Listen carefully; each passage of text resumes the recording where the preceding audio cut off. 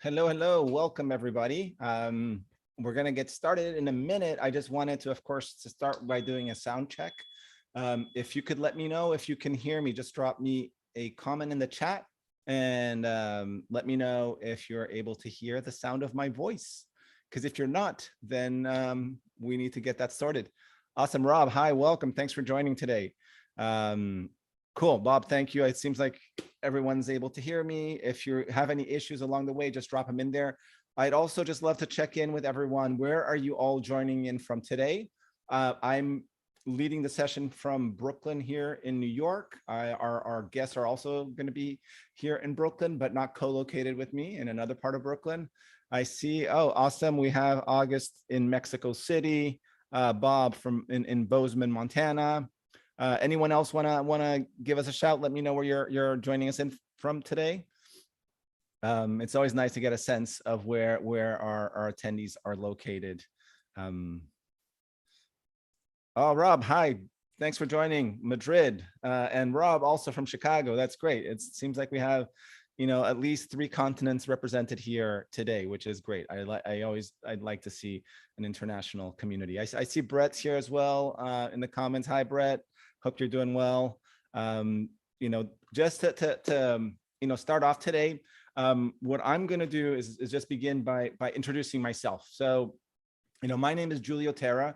I think a lot of you know me already. A lot of you have attended these events in the past. I can see that there's a good number of people who are attending here who are members of our Launch Studio community. So shout out to all of them. Thanks for being here today. And I'm sure my co-founder Daniel is going to pop in at some point. You're going to probably see him in the attendees list and maybe in the comments. But I currently am the CEO of Launch Studio, and Launch Studio, we're a company, an education company that right now our core offering is a masterclass on how to launch physical products on platforms like Kickstarter. Before starting the Launch Studio, what I used to do is I actually worked at Kickstarter for about 5.5 years. For most of the time, I was leading the design and technology outreach team, and that's a team that's responsible for evangelizing for crowdfunding and Kickstarter as a great way to launch products, finding creators who are doing awesome work and getting them to launch on the platform. And so I was there for about 5.5 years, helped to build out that team. And once I left, I still really loved working with entrepreneurs, with creators that are, pursuing the hard work of bringing a physical product to life. And so that's why I've continued to work here in this space. So, I always like to do a poll early on in the event and just to get a sense of why you're joining us today. So I'm going to drop this poll in right now. If you could just take a second to let me know, why are you joining today? Are you somebody who is planning potentially of launching something in the future? Are you just kind of exploring ideas and you might want to launch something? Maybe you're a creator who's already launched products through crowdfunding in the future, or somebody who has a business that already exists, but are considering using crowdfunding in the future for one of your product launches, or just curious. So whatever the reason might be, it's always great to see to hear what is interesting you about joining us today. So I'm gonna close that poll in just 1 second, and then we'll keep going. Let's see here. 1 sec. Let's see how many people have replied. I think that's a good number already. So looking here at the results, I'm going to end the poll. We had 81% of the people attending share the results, and I'm sharing the results here. So it seems like most people are actively working on a product. About half of them, 8% or so, which is just one person, is just at the point of exploring an idea. You have someone who's also launched a product as well. And let's see, and just a handful of people who are also just curious about what we're going to cover. And I think the person who's launched is Christian, right? And I think you did an amazing project. You launched that Recon, which is just this really awesome tool for making stuff for shops. It's definitely worth checking out if you haven't seen it already. Great. So let's continue on. So you're here today because you want to learn how Tidbit was able to raise close to $1 million for their crowdfunding campaign. And at the end of our time together today, we're going to spend about 90 minutes together. I think there's about 80 or so minutes left. My goal is that you'll know a few strategies that you can apply to your own launch about how to leverage pre-launch marketing effectively. Everything from, we'll talk a little bit about pilot programs, we'll talk about reservation funnels, and really dig deep into how Mats and Rohan were able to use those strategies effectively in their campaign. And we're also going to explore how they set up a system to capture digital advertising conversions from Kickstarter in Facebook. And I will give you a warning that we are going to get into some technical complexity when we talk about that, because this is an area where what they did was really awesome and effective, but it was also something that's not necessarily trivial to set up. So I just want to warn everyone to be ready for that. And so I'm really thrilled to have today Rohan Singh and Mats Linender joining us. I met Rohan in about I think in almost a year ago, in December of last year, when he had just joined the Launch Studio community, and they were still a few months away from launching Tidbit on Kickstarter. And I was really it became immediately apparent to me that they were really methodical about building the groundwork to have a really highly successful launch. And in all honesty, since that initial engagement, I've been consistently blown away by their work, both their work leading up to their launch that enabled them to be so successful, the work that they did while the campaign was live, but even nowadays, seeing the work that they're doing post-funding, as far as audience engagement, as far as keeping their backers informed, has been really exemplary in my opinion. So the way we're going to divide up our time together is I'm going to take about 10-15 minutes to talk about, just provide intros as I've been doing, and just share a little bit about why I think this topic matters, and why I think it's really valuable to dig into what Rohan and Mats were able to do. Then we're going to have a conversation with Rohan and Mats, and that's going to take most of our time. That's going to be about 15 minutes or so. And I'm going to make sure that we leave at least 20 minutes at the end so that you can ask your questions. And we'll wrap up. My goal is always to wrap up about 5 minutes before the time that our event officially closes, just so that way, we can give a few updates about any upcoming events and just other updates around Launch Studio. So the way for you to get the most from attending this event is, first off, be an active participant.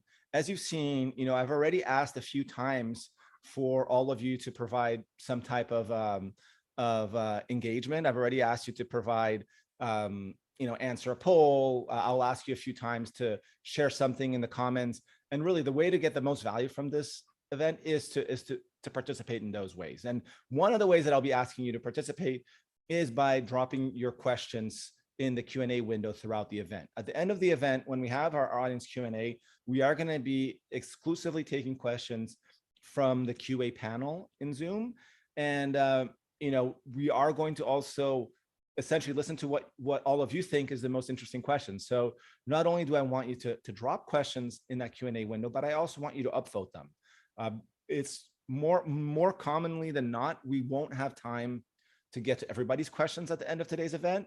So, we want to get to the questions that, most people want to be answered. So that's really important that you drop your questions in there and upvote them as we go through the event. And, of course, stay till the end, especially if you have a question that you want answered. That's really the only way to get those questions answered. So I would love to hear now, before we proceed, what are you hoping to learn from this event today? What is the area of the Tidbit's journey that you're most interested to hear about? So I'm gonna, again, spend a minute here.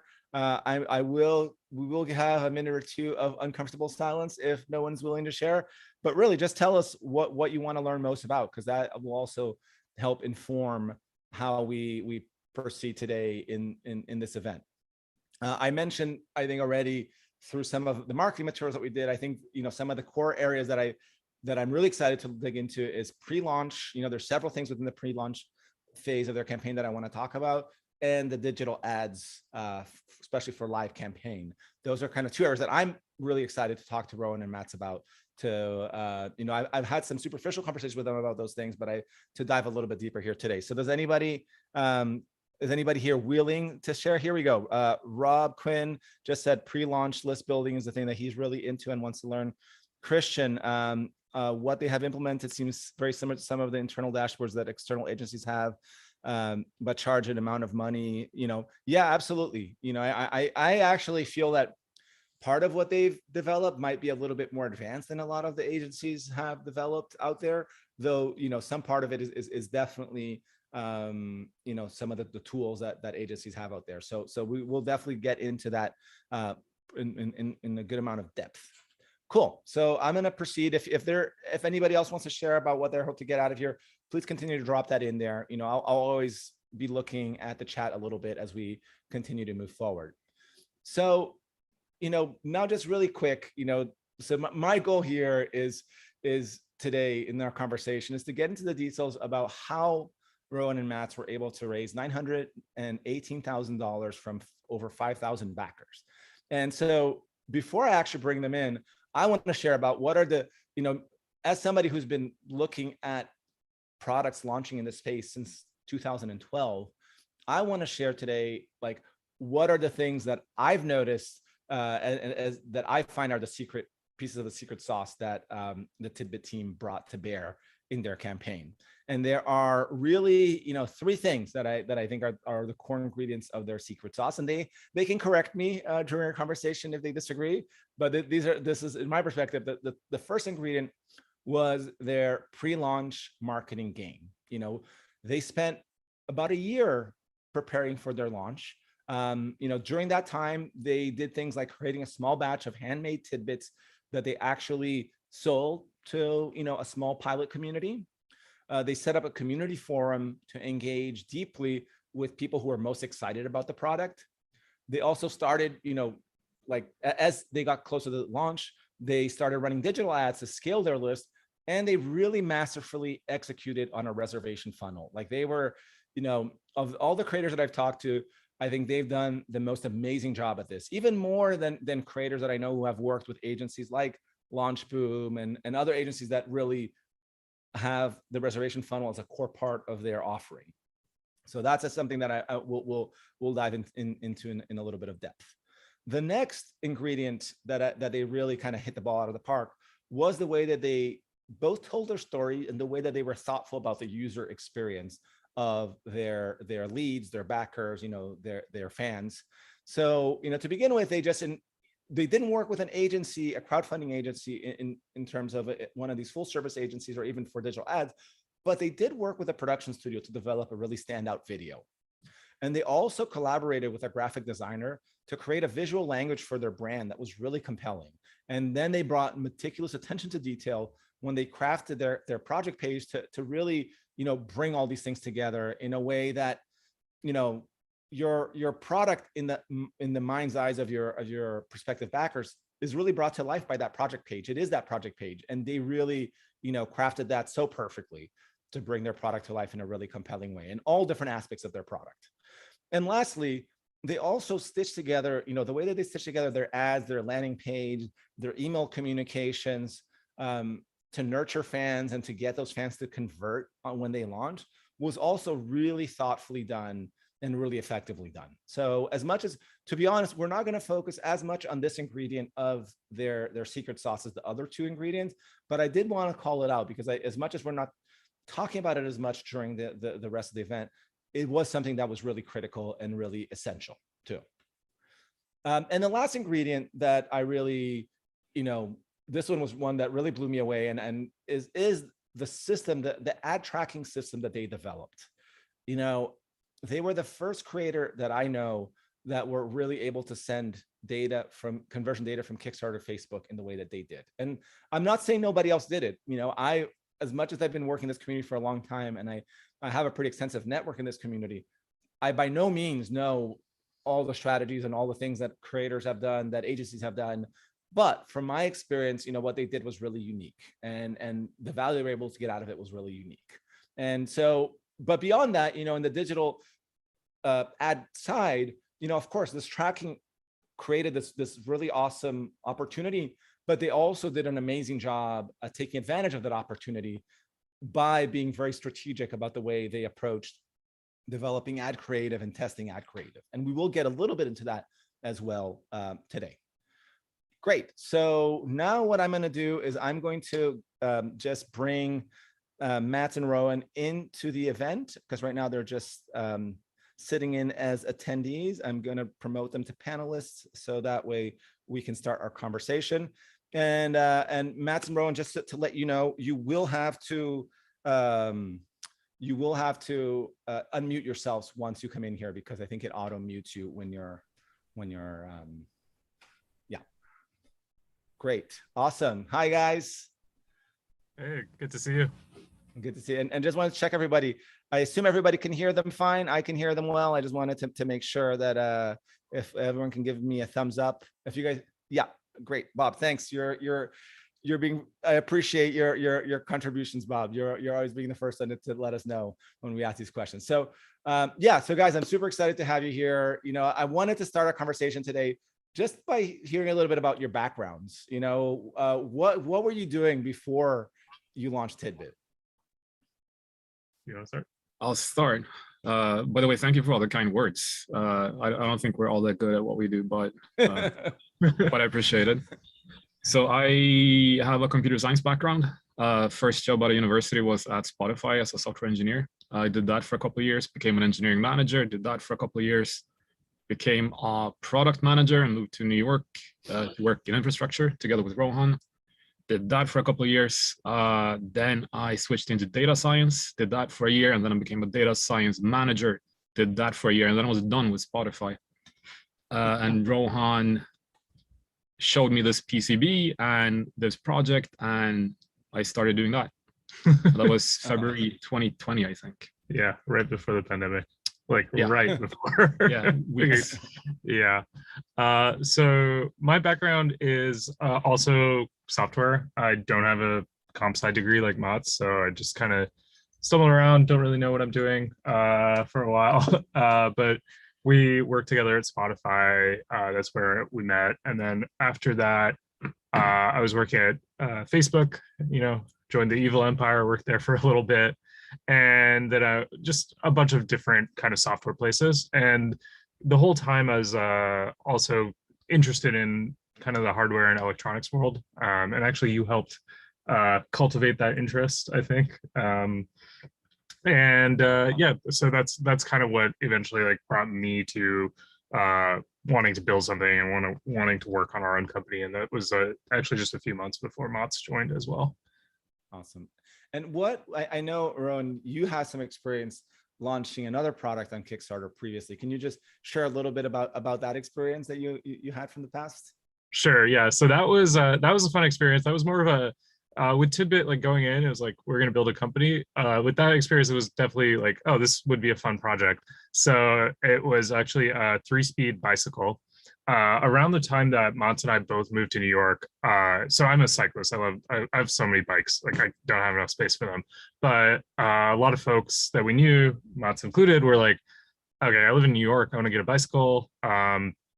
What kind of bike should I get? And there's just kind of like this kind of space in the market that didn't exist. And I was like, you know, I could build a couple of these bikes for my friends, or I could, you know, get them made in China and have a container load of them built and then launch a Kickstarter project and see if I could sell 300, 400 bikes. And it actually worked out.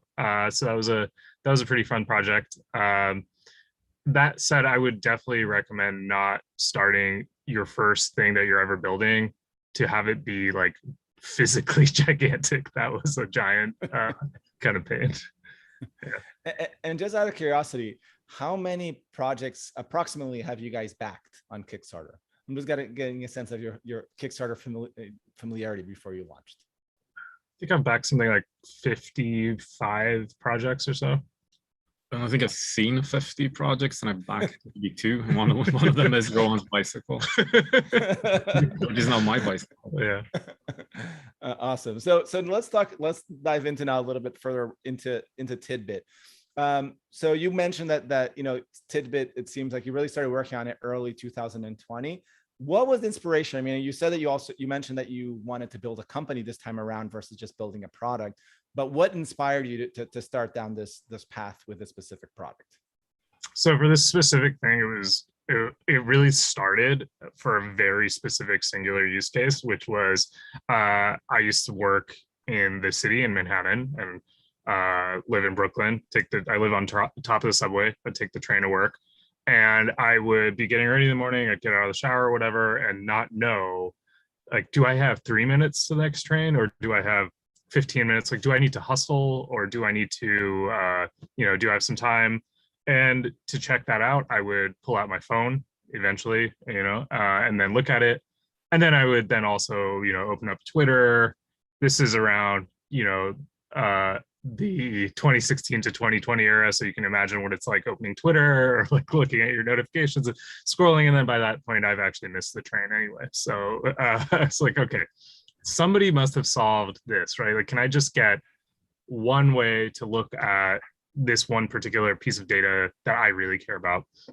And I looked around and there were like a couple options out there, but nothing that I could just buy and have. And so like, okay, let me try to build my own. I theoretically am a programmer and I know something about electronics, I guess. At that time, I really knew very little. So then that's how it kind of kicked off. And then Mats came and like saw it, and a bunch of other people saw it too. And we're like, oh, this could be, like, started imagining using it for things other than just my specific use case. And that's where I think we kind of got the idea that, oh, this is more than just like one thing that tells Rohan when to leave his house. This is like addressing a real need or actually a plethora of different needs that people have. Awesome. And so how like far along did you decide, okay, great, we're going to pursue this. We want to bring this to life and we're going to launch it using crowdfunding. So how many months after working on this did you guys set that goal? Do you recall? I mean, it was like a side project for a while. I think it started late 2019, really, like tinkering on it. We met up on weekends a few times at coffee shops, wrote some code. I think it was electronics. Yeah, had fun. Then mid 2019, you started doing it full time. And I started doing 1 day a week on Tidbit. Started working. Matt, you mean mid 2020, right? Oh yeah. Yeah. Mid. No wait. Mid 2019 actually. Mid 2019. Yeah, so we started working on it a little earlier. Oh shit. Yeah. I guess we've been at this for a while now. When I said 2019, I meant 2018. Time. No. Oh, cool. Wait. It's been a while. It's been a long couple of years. Let's put it that way. We'll have to get back to you on the exact dates and stuff. No worries. Yeah. But you know what though? I recall at first when we were first working on like the idea of like, okay, you have this like basic kind of display thingy. It was a kind of open question whether like, oh, is this like a consumer product or are we gonna like build these large screens to go in like restaurants or like train stations or something? So I mean, if we did that, then clearly we wouldn't be probably we wouldn't be launching those on crowdfunding. But I think once we settle on like a consumer product as a first thing, then the idea of like, I mean, like I've done a Kickstarter project before, and then it just kind of made sense in a lot of ways. But I do remember like right up through a few months before we launched, we were definitely still having the discussions of like, do we want to do this or do we want to do some sort of other strategy, like ramp up slowly on our own site or like do something else? I don't know. So it was a continuing discussion. Got it. And let's now talk about, how the campaign did and just a high level, like how would you attribute the success of the campaign? So, like when you look at the campaign, like if you had to say in a couple sentences, like what do you attribute your success to, at a high level? Oh, like one thing? Not necessarily to be one thing. It could be two or three things, but just like what are kind of like the same way that before I tried to say like I thought this was your secret sauce. Like, what do you think your secret sauce was at a high level? I have two things that I thought about. One of them is just the product itself, that it managed to hit some kind of sweet spot, that people like it, and I don't know why, but it happened. Luck, I guess. I think the other thing that I would say helped us a lot is that we kind of assumed that we had no idea what we were doing and that we needed help. So we did a lot of reading and we did a lot of asking of questions and a lot of watching YouTube videos and so on. And we just try to be very methodical and not assume that, stuff's just going to work out. Yeah. And I think that was pretty critical. Yeah. I mean, on the other product side, I totally agree with what you're saying. Like, there is a certain timing thing of what we're doing, and I know that now because I obviously look on Kickstarter and Indiegogo and stuff, and or even elsewhere, Instagram. I see folks building kind of similar stuff, and they haven't some of them have hit the same kind of rhythm or cadence that we did. Some haven't, but I think it really speaks to the idea that there was clearly a desire for this that a bunch of people identified around the same time, and maybe it was also a mix of that and the tech to make it happen at a certain price point also became available. So I think that was part of it.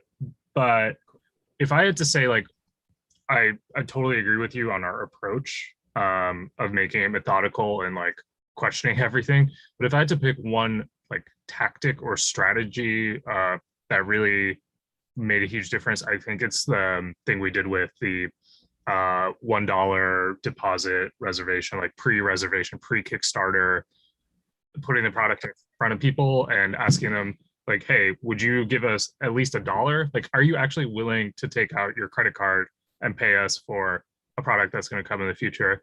That, and then also similarly our pilot program where we actually built 30 some of these and we sold them on our website at a certain price point. It was will people pay us for the full product? And that, and then once they buy it, what are they telling us? What's the feedback? And we use that to also inform our campaign messaging and our advertising and everything as well. Yeah, no, that's awesome. That's awesome. We're going to talk a lot about those two things in just a minute. The one last question I wanted to ask you before we actually jump into that is, when you look at the funds raised that you guys had, could you approximately break it down in terms what percentage that you think was more attributed to these pre-launch efforts? What was more attributed to digital ads while you were live? And if there's any other bucket, whether that other bucket is Kickstarter's contribution, at a high level, it doesn't have to be exact percentages, but approximate percentages for that breakdown.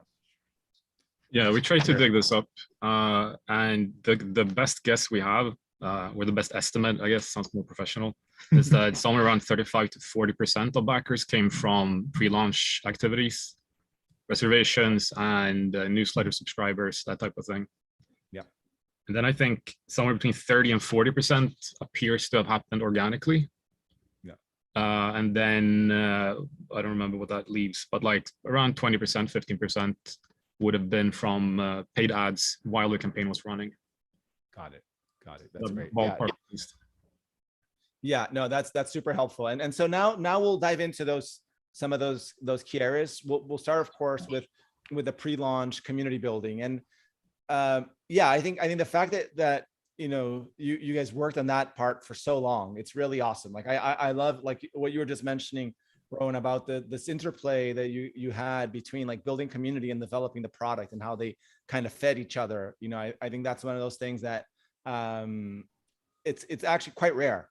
I think it can be very valuable, but it's actually quite rare. And so could you, I know you maybe just kind of at a high level, could you describe the things you did from a pre-launch marketing perspective? Because I know some of these things, I think the pilot program was quite early on, and the reservation funnel was pretty close to your launch date that you started doing that. So if you could give us just kind of a sense of what that timeline looked like in the lead up to your campaign. Sure. Yeah. So the pilot program, I think, so we launched our campaign in April, right? So, in March. We launched in March, it ended in April. So working backwards, the pilot program we did around November, the previous year. And that was around when we started doing running ads as well. Because part of that was we knew we could probably sell tidbits to all of our friends. And actually we have through Kickstarter, but we wanted to see if we could sell them to people who didn't know who we were. So that was around when, do you actually even have the specific dates in your notes there? Somewhere. Yeah, it was probably around fall that we started running these ads, maybe September or so. Yeah, I think in September we started running ads to drive people towards our newsletter. Mm-hmm. Previous to that, we all the growth we had on the newsletter was purely organic, people stumbling across the site, no paid ads, nothing. And we started experimenting with ads. We did it for a couple of weeks or months even, did a lot of tweaks and adjustments of copy, of assets, and so on. Then we did a little push late November, early December, paused around Christmas because ads were so expensive near the holidays. And then in January, we really got going and revved that up. And that's where we got most of the newsletter subs and reservations. Yeah, and then in January when we started ramping our ads up again, that was when we around then, like early in the year, was when we started doing the reservation, like pre-launch reservation strategy as well. And I think that was pretty good timing with that too. No, and it's awesome to hear how the thought that went into even your pilot program of like wanting to see if you can sell this not just to people in your network, but actually sell it to strangers who don't know you, so that where then the selling becomes really crucial. You know, the way the messaging becomes much more important. It's not somebody that trusts you and likes you, who might be partially, you know, incentivized to doing it because of that relationship. Yeah, we actually did that in 2 steps as well. I think we sold 30 or 40 devices, and the first half we sold by announcing it on the newsletter to people who had already displayed interest. The second half we didn't announce on the newsletter. We just pushed people towards a custom little purchase page with Shopify paid ads. Page, yeah.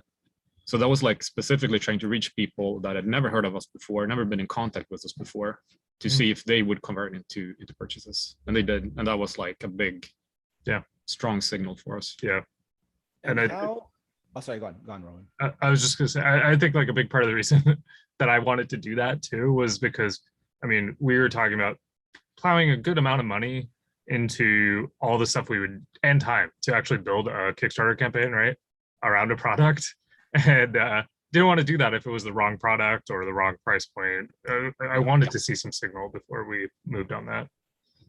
Yeah, and that's and I think I mean, you brought up price there as well, which I think is one of those things that is often not thought about hard enough by creators, and it's something that's really hard to assess, you know, what the market will bear and what the so it's interesting how you know, and I can see how that pilot program could have really helped in that area. And so let's just to get a sense, like, how did your email list scale over the period since, I guess, you know, mid of 2020, when you were starting to build a list and you were doing it organically, to your like, what was the final number of people you had on your list when you launched? And maybe just like the general kind of trajectory, is there any key milestones where you're like, you know, around this time we hit 5,000 people or X number of people? It can be very approximate. It doesn't have to be exact. I don't remember any particular milestones. No, me neither. But I did actually plot this yesterday. Oh, okay. When I was digging for data. Unfortunately, it's a very noisy plot that's hard to capture in words. But I think we had around 300 subscribers before we started running ads, and then we grew very slowly to maybe, I don't know, 900, and then we started like really pushing ads, really trying to get those numbers up, and we ended up hitting 25,000 subs when the campaign went live. And what and out of those subs, which now we're going to start talking a little bit about reservation funnels, how many of those 20,000 people actually you were able to convert into reservation holders? So out of the total newsletter subscriber cohort, we had 6 to 7% that converted, which is a fantastic number for a newsletter following. But in practice, if we filter out the people who also had made reservations, that ratio is much lower, and the conversion rate was closer to 2%. Got it. But what percentage of people on your overall list actually had made the reservation? So just the conversion from like list to reservation, not to backers. I mean, but that's a huge number. I mean, 6% of your list converting to backers is really great.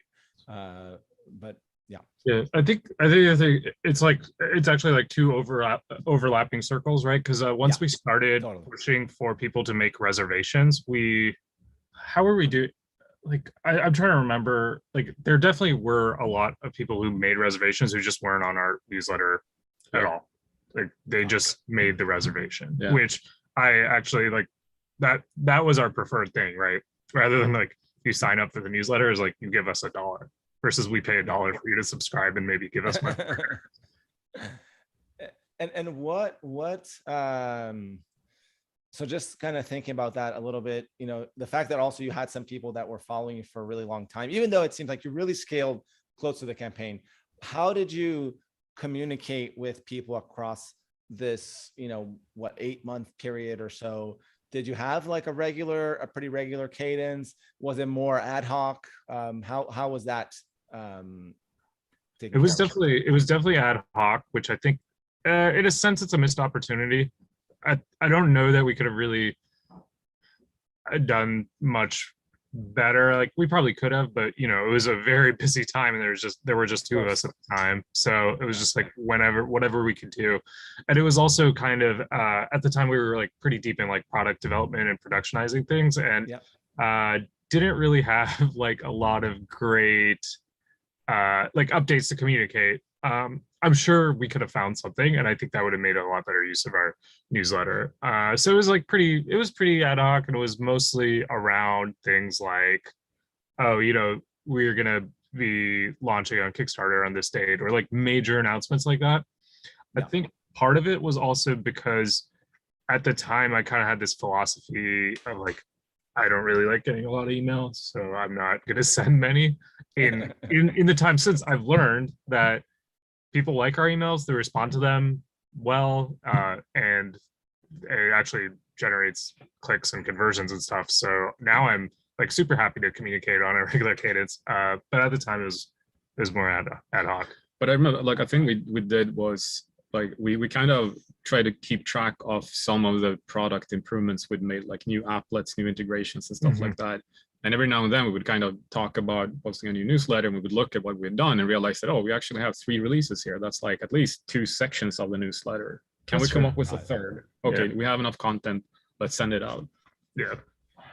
And what, before we dive a little bit into the reservation funnel, I know you guys did a discourse forum as well. Did that just start being something for the people in the pilot program? And was that a core part of your community building, or was that more just kind of something you had for the initial owners of the pilot tidbits?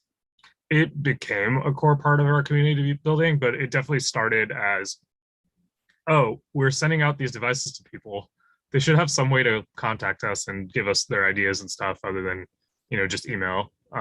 So let me just install Discourse, because I've used it on I've been a part of Discourse communities, and so just installed it. And I think we mentioned it in the card that was in all of the like beta units that we sent out, like, oh, like go to this page. Oh, we also had something where like right before your order was delivered, when it's out for delivery, you would get an email that's like, your tidbit is out for delivery. Here's some instructions to set it up, and check out and join our community here. And a lot of people joined. And then over time though, after once the Kickstarter started, then people from Kickstarter discovered that too, and then we started linking to that as well. And then that became more of a like, it became a pretty large community pretty quickly during the campaign. Awesome. And what? How many people? So you're let's say you're there, you're getting ready to launch. How many people were on your reservation list on the day of launch? Around 3,300. 3,300. And what percentage of those people converted? 40%. 40%. Yeah. Oh, that's great. And I'm gonna actually now take a moment to show what you guys did to get people to convert, which I thought was just really, really amazing. So I would love. Would you guys mind just kind of? I'm gonna put this up as the main screen here. Would you guys mind just talking a little bit about this? Like the email and this little calculator that you sent out to people? Sure, totally. So part of the complexity of doing this pre-reservation process, what we were promising people when they gave us that dollar was, oh, you'll get a like super early bird discount, even better than you can get on any of the Kickstarter reward tiers. If you're familiar with Kickstarter, there's no way to actually do that through Kickstarter. It's not like we could give them a promo code or something. So what we did instead was, the way we set it up was we just needed them to make a custom pledge of a smaller amount. And then we would treat that as, oh, we know you're on this list. You get a tidbit, even though it's lower than the early bird price. As you can imagine, that's kind of like a complicated thing to walk people through or even tell them what to do exactly. So we did a couple things. We sent this email on the left that said like, okay, you made a reservation. Here's how you can claim your tidbit. That sent them to the web page on the right here where you could select, how many do you want and where are we shipping them to?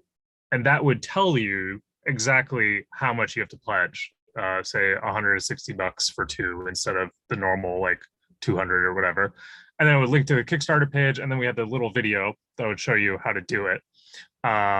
So you could follow along. And that video was actually, so the Kickstarter UI is also different on desktop and mobile. So if you view this page in a mobile screen, it would show you a slightly different video that matches the mobile UI. And this actually worked fairly well. Most people managed to get it within $1 or so, which is fine. But one thing I'm really glad about is that we put this live chat widget on the bottom right, because we got so many questions, because it is somewhat of a confusing process, right? So we got a ton of questions from people that are really, hey, I'm about to do this. Does this look right? Should I do that, etc.? And we responded right away just to walk them through it. Yeah, I think that's really awesome how you did that. I think, it's sometimes I think people don't realize how that kind of support can make a difference. And to me, like this little thing you did here with this little calculator website was just masterful. I mean, that was just, I think this was the best example I've seen of one of these, like, how do you get people to convert and make it as easy as possible for them, including people who have never used like Kickstarter before. So really awesome to see that. So I'm gonna just move on to the next topic, because I could talk a lot more about this stuff with you. The only last question I have is, from in the pre-launch phase of your campaign, approximately how much did you guys invest in digital ads?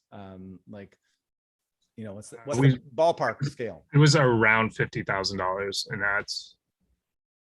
That's over the course of several months. So like starting in like fall, leading up to our Kickstarter campaign in March, and then throughout the campaign as well. Oh, so throughout the whole thing, not just. And but if you just thought about like before launch, like how much of that 50,000 would you say happened pre-launch? We didn't pull that number, but if I were to guess, maybe 15 before. Yeah, that sounds about right. Yeah. Right. So probably awesome. A third before and 2/3 during. Yeah, something like that. Yeah. Yeah. Right. I mean, the other thing was like, as we started very small, right? And then as we saw a positive response, then we felt more comfortable ramping up the spend. And then also with the $1 reservation thing, at some point we were like, oh, wait, this is adding up to thousands of dollars. We could spend this on advertising to reach more people. And then we would, that's awesome, even more dollars. But it was terrifying. It was absolutely terrifying to increase the ad budget and keep going and keep pushing. Because what if it doesn't? Yeah. And meantime, we're both working on this full time with no pay, so we're just paying for it out of our. It's a leap of faith. Yeah, it definitely was. Awesome. So we're going to shift gears now and talk about digital ads and from the live campaign standpoint. And the first thing that I want to talk about is the infrastructure that you built to be able to track in Facebook conversions that were happening on Kickstarter, which was really, really amazing. So what I'm going to start is just asking you to give an overview of how you did that. And I'm going to put up a little diagram that Rohan, you drew up for us. I'm just going to put that up now. And if you wouldn't mind just kind of sharing with people a little bit about that. Sure. Oh man, this diagram. Sorry, I'm not an artist. Okay, so here's the basic deal with Facebook, right? With the way it works is you click on an ad, it gives you a cookie when you click on that ad. And then once you go check out on whatever, let's say you went to a Shopify store. The Shopify store then has the Facebook pixel on it. When you check out on the Shopify store, the Facebook pixel sees that you checked out, and then it sees like you have that Facebook cookie. And then it reports that to Facebook like, oh, hey, this person clicked on this ad, and then they did actually check out. And then Facebook can use that to optimize their ads on Facebook and Instagram and everywhere to say, okay, like it looks like people, I don't know, people between 24 and 30 really actually seem to be converting. So we'll show that to more of those people. I mean, the trick for this to work though is you need that Facebook pixel on your checkout flow so that it can see that you checked out and like do all the talking to Facebook and everything.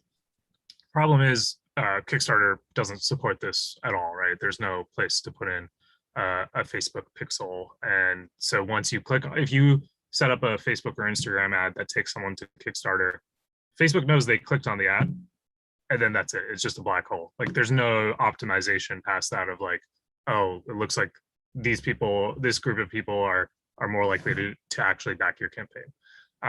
And that really was not something that like I didn't want to spend money on ads unless we knew that they were going to be targeted properly.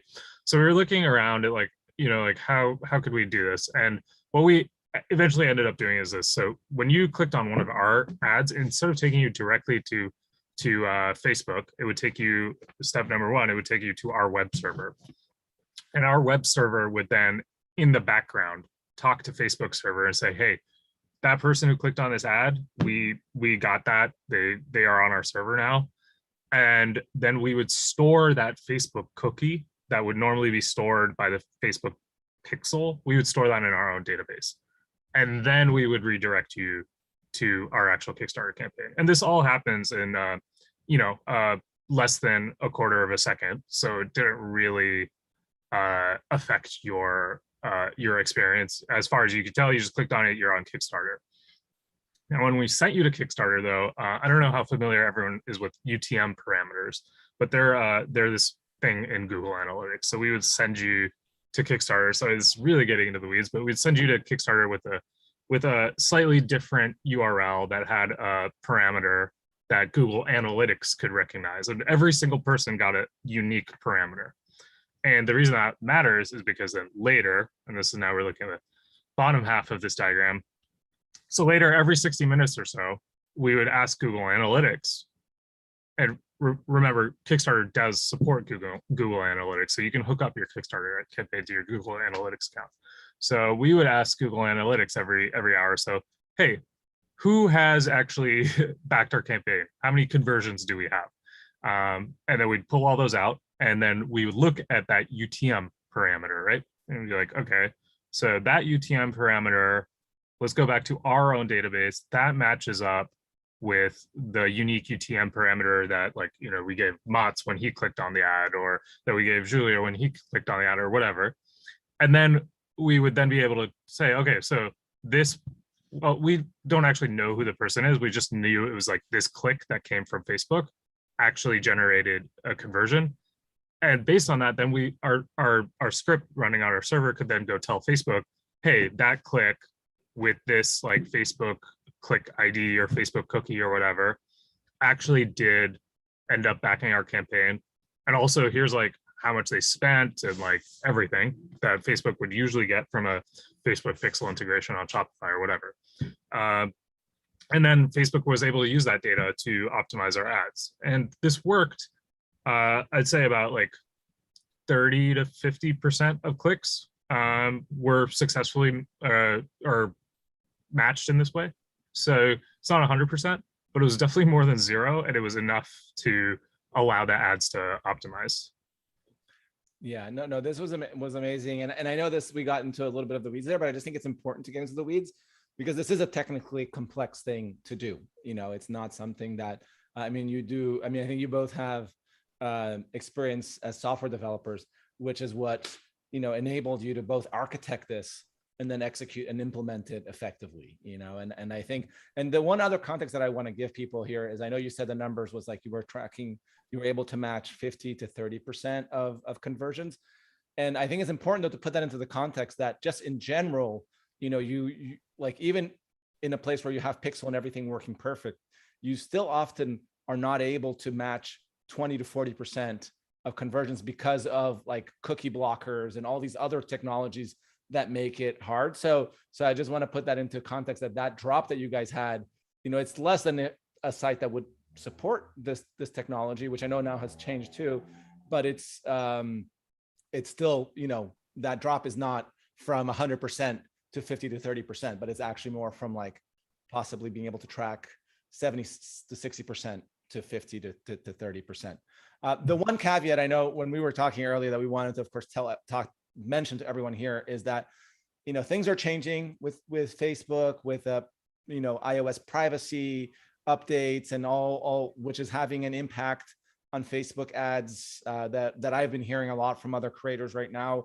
So, you know, it would be interesting to see how this system applied today, the impact that it could have because of these greater changes that are impacting the entire ad system at the moment. But again, I think this was really a masterful thing and definitely something that I would love to see other creators, you know, be doing things like this. At this point, it's you would probably have to hire a developer to help you take that on, but it is, you know, really powerful. So, I would be really curious to see results other folks have, and I would love to see other people try it too, because we were only able to, like, the whole time we had to, you know, build, experiment, iterate on this was the length of our campaign.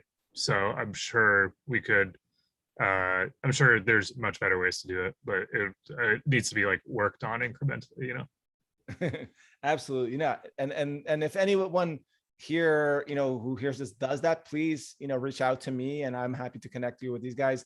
But it's something that I'm also really interested to see, you know, other creators do this type of innovation.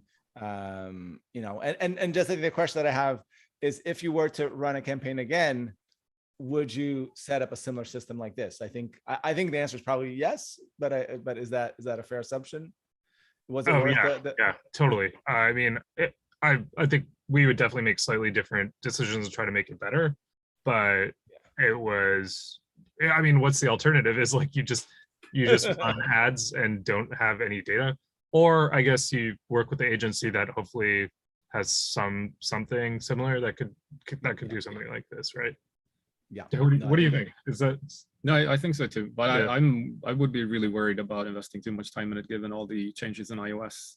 Because I've seen how they've impacted ad performance, and maybe not so much ad performance, but like reporting and the quality of metrics you get from, for instance, Facebook Ads Manager. It's so off from what it used to be. So I'd be worried that has changed this whole setup quite a bit too. Yeah, that's true. That's really fair. And so let's talk a little bit. I just want a few more minutes for us to chat before we open it up to the Q&A. I want to talk a little bit about your ad creative and optimization strategy, because again, you had this amazing infrastructure that you put in place, but the value of it only comes into play if you're able to, you know, optimize. And I know Facebook, I assume, but let me ask you, did you guys tap into Facebook's auto optimization features? I assume that was one of the things that it really allowed you to do, right? Yeah, we used the dynamic content features in Facebook quite a bit, ranging from testing out the individual graphical assets to ad copy. And I remember I thought it was kind of silly because the dynamic optimization, it just takes whatever photos you upload and whatever copy you write. And fortunately, we found out during the whole process that Mats is like a copywriting genius or something, or at least he really enjoyed coming up with lots of copy, or you came up with lots of copy. I think I was excited about getting data on copy, and that excitement translated into actually doing a lot of typing. But you know, I thought it was silly because it's like, okay, you have these like 20 like copy strings or text blobs that are all kind of silly. And then we have some photos and we're just going to let the algorithm decide which ones go together. And some of them don't make any sense at all. But, you know, that was something we kind of tested out too, because I was like, that doesn't make sense. So then I made my own little ad set that didn't do that, because I was like, I know, let me like pick out, like really curate these. And it performed worse. So I was like, okay, I guess it's not, yeah. And just, you know, and I would love to just share, I know, Matt, you shared with me some of from a graphical perspective, one of the things that you tested, just to give people a sense, like more concretely, like these are some of the ways that you thought about like things to test, because I think a lot of creators struggle in like, what do I test? Like, what are the different things that I should be thinking about testing from a messaging or images perspective? So I'm just going to pull up this, the next thing I'm pulling up here is just the ads. And if you wouldn't mind just sharing a little bit and maybe talking about the strategy at a higher level as well, but just, you know, with this as an example of Right. So this shows you a little bit of how we went about picking creatives. And we did a similar thing with copy and in a few other areas too. But for the imagery itself, I mean, what you see on these photos is the Tidbit device in a bunch of different settings on the left-hand side, and on the right-hand side, you see it in a single setting, but displaying a lot of different information. So we wanted to answer two questions. What type of integration should we showcase to like get good creatives that resonate with people, that produce signups and so on? And the other one was like, what is a good photo? I'm not a photographer, as you can see very clearly. Like, these are pretty horrible. I bought a tripod for $20 off of Amazon. I used my cell phone to snap these. So since my assumption was that I don't know what I'm doing, we decided to approach it fairly systematically. So what I did is I picked 12 different locations. And in these locations, I put the camera on a tripod and I tried to take the exact same photo of the device, but showing different types of information. And I had 12 different types of information being showed. So what you see on the right-hand side is like it's cycling through the stocks integration we have for a couple of different symbols. It shows you subway times for a couple of different stations and so on. On the left-hand side, you see one of these fixed, which is the Microsoft stock chart in 12 different locations. So that gives us 144 different images. So what we then did is we picked one of these images and we said, or rather we picked one of these integrations, said, okay, let's do MSFT and let's go through all these different variants we have on the left-hand side, run ads, see what Facebook says, let Facebook pick the best photo. And we took like the top 3 or top 4 performers or so. And then for them, we displayed all the different app shots we had on the right-hand side. So that's one example of them. And by doing that process, we ended up identifying maybe like 5 or 10 photos that completely outperformed the others. Awesome. So that was our approach. And did that approach differ from your pre-launch to while your campaign was live? Or is it just that, you know, different copy or different images might have resonated better during those different phases, but your overall approach was pretty much the same? I mean, it was pretty much the same. And once we had launched, we were so bogged down running the campaign that we didn't really do much work on the assets or ads. Did some tweaks here and there, took a couple of new photos, but nothing major really. And to that point, then the work that you did pre-campaign really helped you have that part of your efforts kind of nailed like to a good optimized place already. So you could really focus on the other things. Is that a fair assumption? Yeah, I'd say so. I mean, there's another thing about this that was really valuable, which is that this gave us a really strong signal about what to focus on in the campaign itself. So like when we worked on the campaign video together with Friends and Allies, a firm we used, we could tell them that we know that like the stocks app is important because a lot of people click that. So we definitely want to showcase that in our campaign video. We want to make sure that's clearly described on the campaign page and so on. While maybe we don't have to be so focused on explaining like this particular subway integration for California.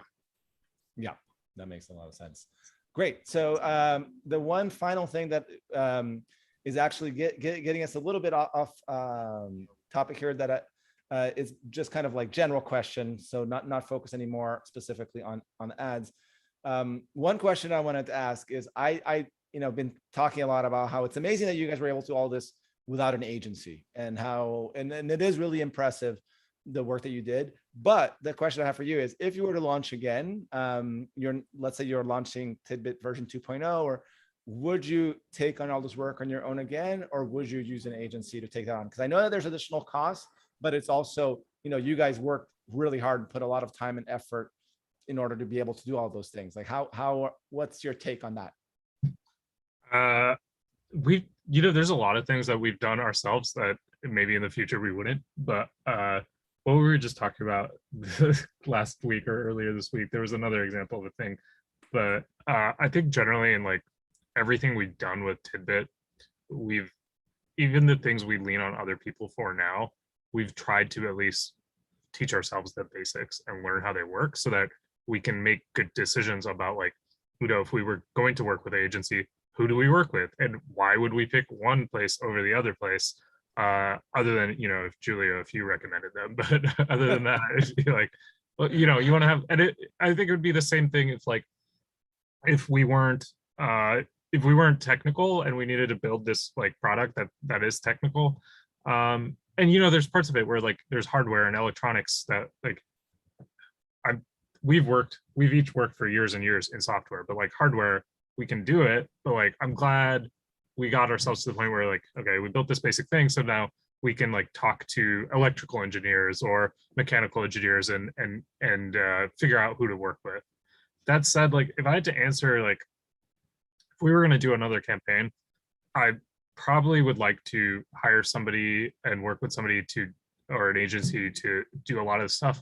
But I think the thing that would probably still be a deal breaker for me is with our product, it's like an electronics product where the cost kind of unknown because it's complex. There's so many parts.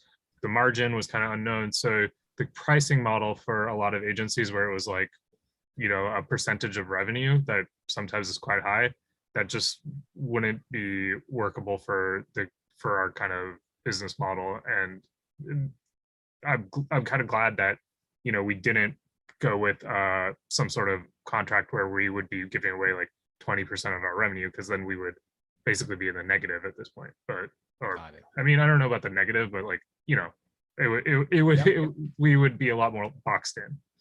No, that makes a lot of sense.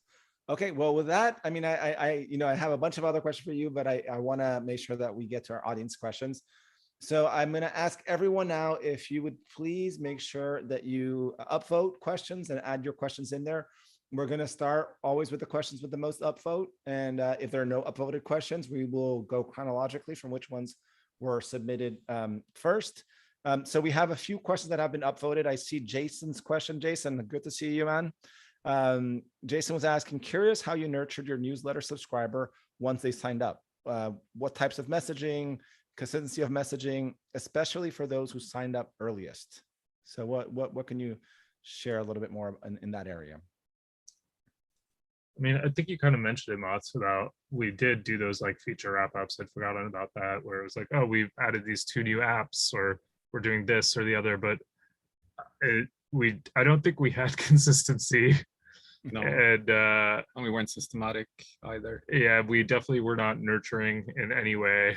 Like this is definitely one area where I would put more time into, and then even now, like we have a large newsletter list and we're not utilizing it to the full potential that we could. So I guess we're not the best ones to ask for that.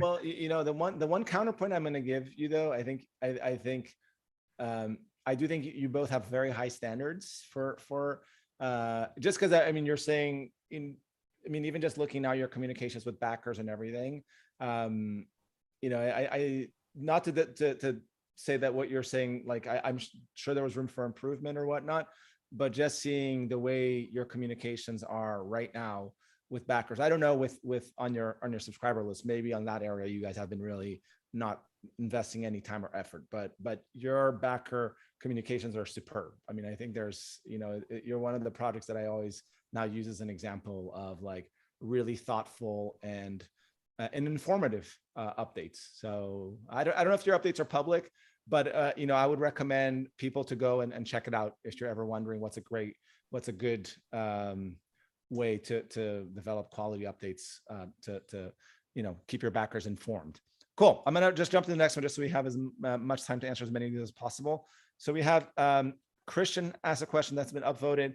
How much was spent on building the mailing list, on running ads to the campaign start? So I think you guys already answered that. It was, I think, around $15,000 you said, which was around, I think, a third of your overall $50,000 ad budget. Is that correct? Yeah, on the newsletter and the reservations. Right? Perfect. Yeah. Yeah. But I'm not super confident in that number either, because we didn't pull it up strictly. We just had the overall. But my guess would be it's like between a third and half. Yeah. Okay, but I think gives a ballpark feel. All right, let's go on to Bob's question. I understood, don't know from what source, that $1 reservation campaigns were not successful, but your program was. What did you do different to make it successful? Huh. Well, the only information I have is that they are successful. Yeah. Yeah, no, I can help add some context in there as well. Like, I think it's not, I think that the challenge here, some people talk about it as a silver bullet. You know, I think, I think the team from Launch Boom, and I bring them up again just because they're the ones that I think are the biggest advocates of this approach.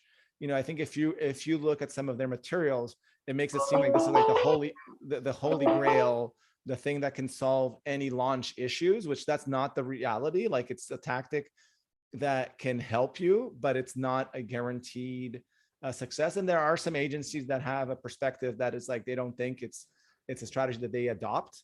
But I do think, from just the creators in my network, definitely not a cure-all, but when used effectively, like with you both, it's a super powerful tool. Yeah, I mean, it really gave us, I think, two things primarily. One was the ability to do ad targeting based on an audience built off of people who had done that conversion, because we believe those to be high intent customers. Mhm. So we really want to reach those people, and we want to do the targeting. And the $1 reservation flow gives us the data to do that. So that's one thing. Yeah. The other thing is it gives us confidence. Like, we could look at that and say, okay, we have 3,000 people. We don't know what the conversion rate is going to be for them, but if it's 10%, then we'll be okay. Mhm. And it ended up being higher, which is great. But having the confidence meant we could also invest a little bit more money and running a little bit more ads and so on. Yeah. But it doesn't fix a product that just doesn't work. It doesn't fix like an overall broken message in your campaign or anything like Yeah. that.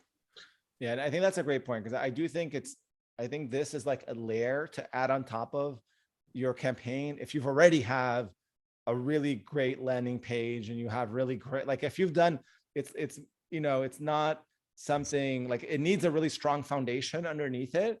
So if you're lacking in really compelling communications around your product, if you're lacking in understanding like messaging for your, like what really resonates, like understanding your audience well and all these things, like this is not something that will overcome all of that. It's more like, I think if you've built a solid foundation like you both had, it can become this one additional powerful tool that can help you more effectively scale, because it's really a tool for that moment where you're trying to scale your list before you launch. So it can help you more effectively do that scaling of list versus without using that. But I do think some creators like kind of end up doing it in not a super well executed way, and then that's not going to because it is complex. Like, you have to set up the whole process to capture that $1. You have to make sure you can segment your list effectively, and then you have to do the kind of messaging things that you guys did to really make it so that you can get people to convert, and you have to figure out how to get past Kickstarter's feature deficit in this area. And that actually reminds me of one other thing we did that I think helped, was we used a similar kind of tracking thing, much simpler, but similar to the Facebook thing we were talking about, where if you went to our site where we showed you the instructions and then you clicked that link to go to Kickstarter to like get your special discount, and as long as you checked out through there, then we would get a signal in our analytics that this particular person with the reservation actually used it. And so between that and then just matching up people's email addresses, every few days we would go to our list and like cross people off, like, I mean, not with a pencil, like on the computer, but like, okay, these people claimed their reservations. People who hadn't, then we would send a follow-up email. And then more people would then go and claim their reservations. And we did that 3 or 4 times throughout the campaign and got more and more people to actually go do it. And we didn't annoy people either, because we made sure to only send it to the people who we knew hadn't claimed their reservation yet. That's awesome. Cool. Let's move on to the next one. We have another one from Christian here that's been upvoted. How did your overall database system evolve from day one to the end of the campaign? Was there a different system setup workflow that you would run in retrospect? How did it evolve? I guess the one major thing that changed, and it's not even that major from like the perspective of the user, is like in the diagram I was talking about, the first step was you would go to our website, and then on this, our server would talk to Facebook to say that you visited before redirecting you. We also put a little client-side script so that your browser would also talk to Facebook before redirecting you. And then hopefully like one of those would actually work. And so that increased our signal a bit. If a different system that I would use in retrospect, no, because given the tools we had and like the experience I had, this was like the quickest thing to get set up. That is not to say though, if we didn't have a product where we had a whole like cloud service infrastructure where I could just deploy this really quickly, I would probably try to figure out a different way to hack it together using, I don't know, like a one simple web page and maybe a Zapier or something like that. Interesting. Awesome. Thanks for that. Let's move on to the next one. Paul is asking, were platforms other than Facebook used? And if so, what was the percentage distribution of digital ads? Did a couple of small tests with Google AdWords and some stuff there, but this was right in the middle of the campaign and it didn't outperform Facebook right there and then. So we kind of just pulled the plug on that experiment. Mm-hmm.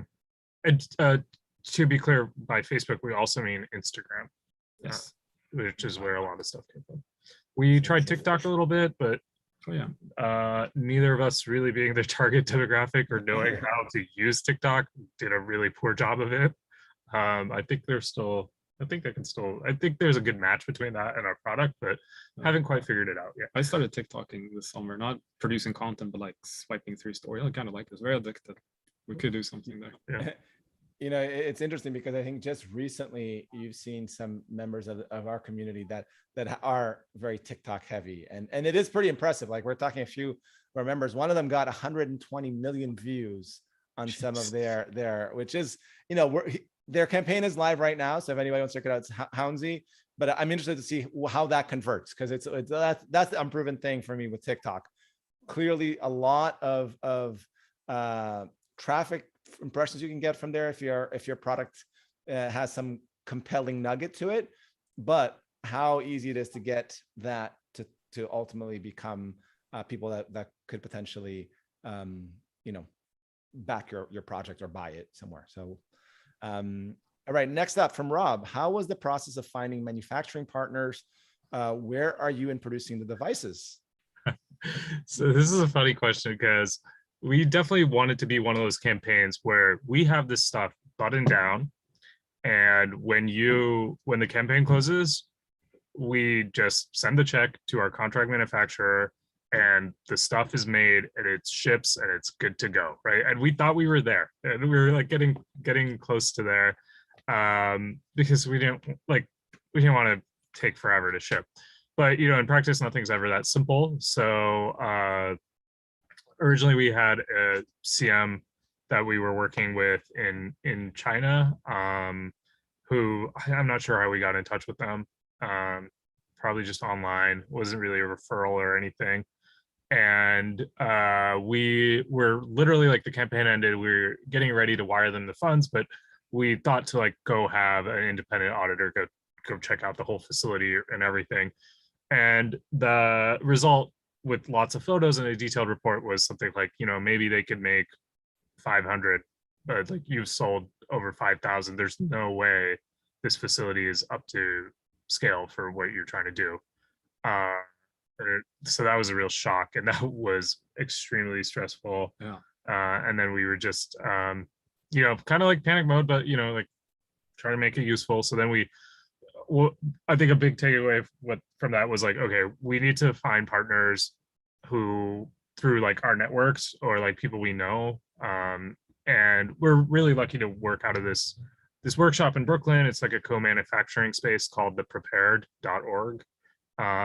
And we talk to people around here. We talk to, you know, Julia, we might have reached out to you or Daniel at the time, I think, as well. Like, oh, this is crazy. This is what's happening. What are we going to do? But, you know, it did slow down our whole timeline a fair bit. But the good news is we then found partners that we trust and we're working with. And currently, the way where our devices are produced is it's kind of a split supply chain. We have some of the more labor-intensive parts produced in China, and then we have the electronics and the final assembly done in Canada. And just yeah, that's a crazy shot. I would just suggest also, Rob, check out some of their updates, because they do some really great updates around their manufacturing. And the other thing, I just saw Christian dropped a comment really interesting, saying that for his company, TikTok has been driving huge sales on Amazon. So that answers part of that question that I was bringing. So it does seem like, for some people, that's the case. And Christian, the name of that I'll drop in here right now is Houndsy. I just dropped it in there for you. So great. So the next question we have is from Christian as well. How big? I'm going to just continue with that one, even though the other one got upvoted. How big was your mailing list at launch? If you remember, I think you guys already mentioned the size, which I think was, you said 25,000 approximately, if I recall correctly. And asking here about the conversion and click to open rate. I think you said also conversion rate overall on the list was like 6% if you include the reservation people as well. I don't know if you know the click to open rate, if that level of detail, I think if you have at hand. No, I don't remember that. We did look at it quite a bit for every single email we sent out, but I don't remember exactly what was that anymore. Okay. Yeah. You? No, sorry. No, that's fine. I mean, I think we have the main, I think, stats, the higher level stats. I think we got to those. So then, just trying to, we have a few more minutes. I think we have another, like 7 minutes or so. So how do your backers, how are they distributed geographically? And how has that impacted your distribution, warehouse, delivery prices, and import tax strategy? I can tell Rob's one of our members. I can tell Rob, manufacturing distribution is heavily on your mind at the moment. So our backers are largely, I'd say, over 85% or over 80%, probably around 85% in the US. And that splits up a lot, like you would see with a lot of other high-tech products, where it's like West Coast, East Coast. A lot of folks in kind of our general local area as well. Outside of that, we do have a good number of people in Germany and the UK and other parts of the EU.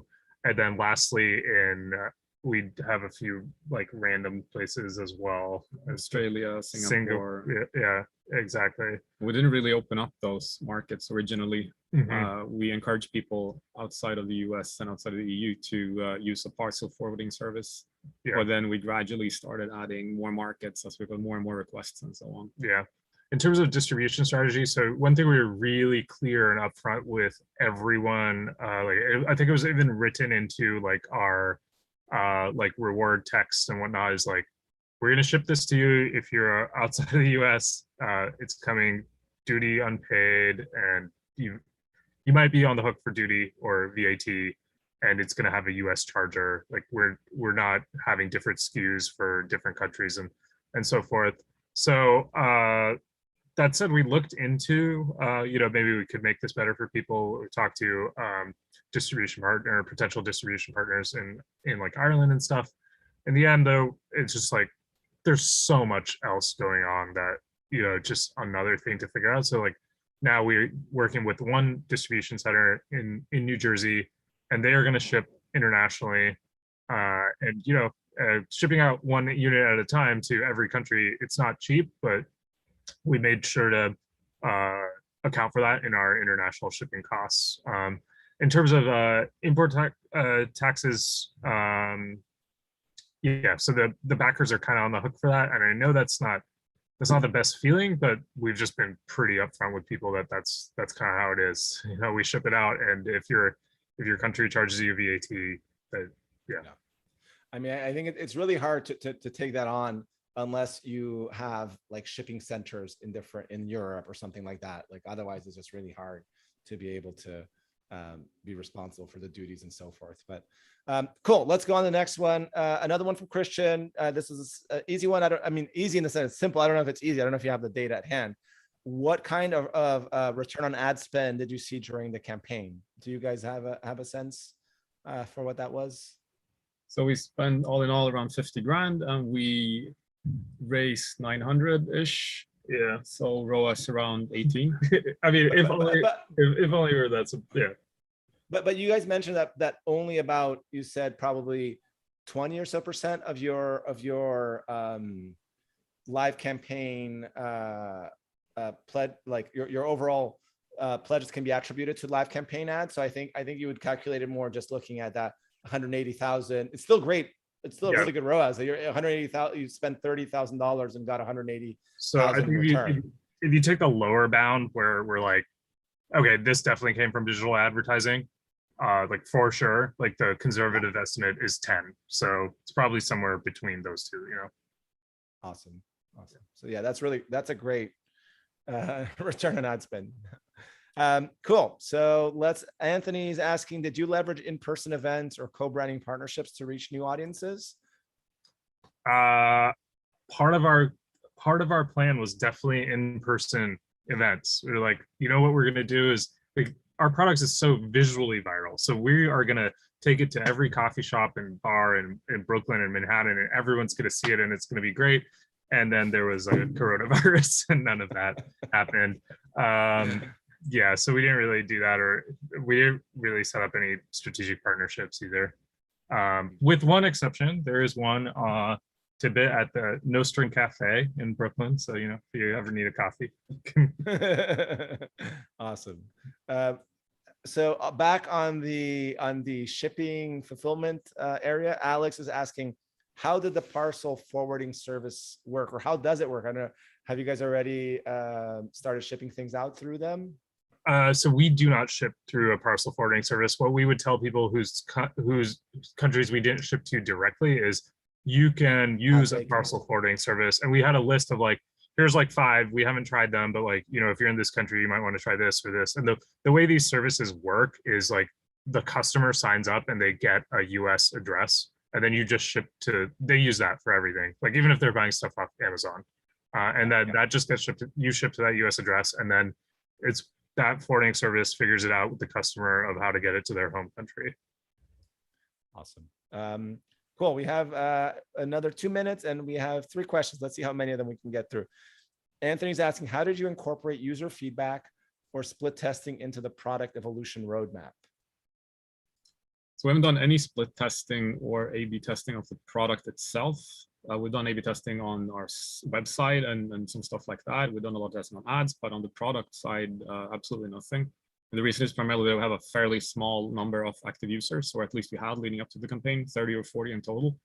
So for a signal to be measurable and actionable, we would need like a really big, a really strong signal, and it's not going to happen. Spoken like a true data expert. Yeah, a novice, but what we did do is we did do the pilot program, and we tried to talk to a lot of people. We, even before the pilot program, we built a couple of prototypes and handed them out to friends and asked for feedback in return, and we got some really, really good feedback. We know some people who work as product manager and in product development at various tech companies, and some of them were kind enough to give us like several pages of product feedback and user experience pointers and so on. That's awesome. We also did our little discourse forum thing. We got a lot of feedback there. Yeah, we have a dedicated section for feature requests where users and backers can go in and upvote features, and that's also like a very helpful signal. That basically set our product roadmap for a while. It's like, okay, go into the features section, sort by votes. I guess that's what we're working on. Yeah, kind of. Yeah, not exactly, but you know. And Rohan, were you picking up one of the pilot units? Yeah, actually, this one isn't. Okay, so this is one of our pilot units. We know it's a pilot because it has an aluminum back, which is actually really not a great thing to have for an electronic product with a radio inside of it. And then this isn't even a pilot. This is like, I thought of this because Mats was talking about like just showing people early on. This is made out of plywood in my basement, and then tape this display in, and yeah. That's awesome. Cool. So let's see, Rob, how did you build the prototypes for the campaign? Well, I mean, you guys were already manufacturing the pilot units and everything, so I assume that was just part. How many units did you have on hand when you were shooting the campaign and shooting the ads and so forth?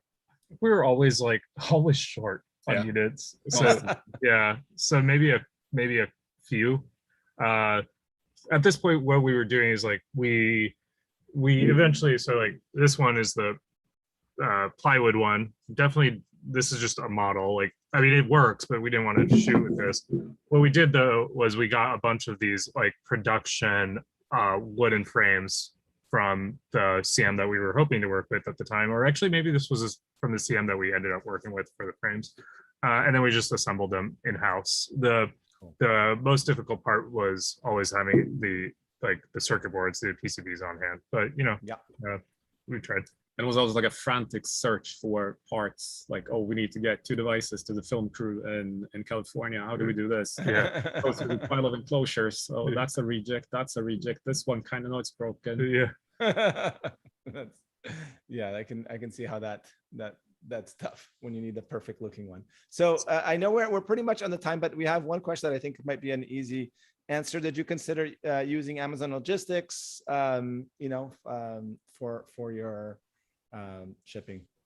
No, not really. I mean, definitely thought about it, right? But like, we wanted somebody that I really wanted somebody that we could just like talk to and was kind of at our scale. We almost ended up going with a large distribution and like 3PL company whose name I won't mention, but like at the last minute we were like, okay, this seems like maybe we could grow there, but let's start with, we're just working with a small fulfillment company in New Jersey that does a lot of Kickstarter fulfillment, and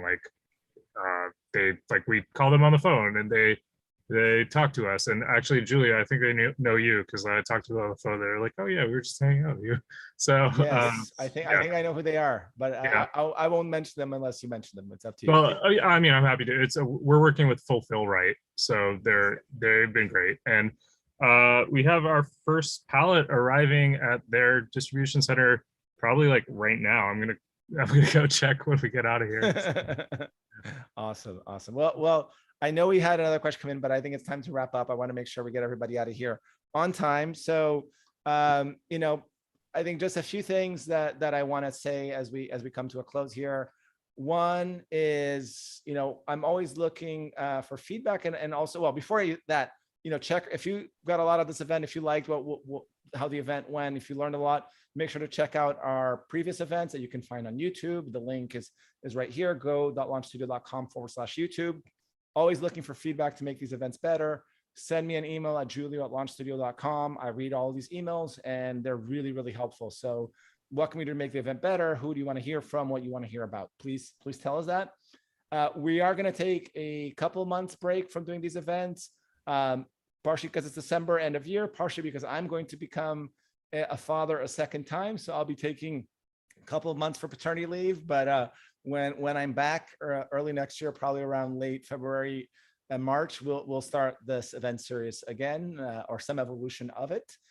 And then of course, really want to say a really big thank you to Rohan and Mats for joining us today. Thanks so much. You guys have been so open as well with all of the data and everything about your experience. I can't thank you enough. I hope everyone here got a lot out of it. I'd love to hear from people who are still around. What did you think about the event? Even just drop a comment. And of course, I want to just thank everyone for attending as well. So, and that's it. That's it. Thanks so much for having us. Thank you. Yeah, it's been a pleasure. And have a good afternoon, everybody, wherever you might be. All right.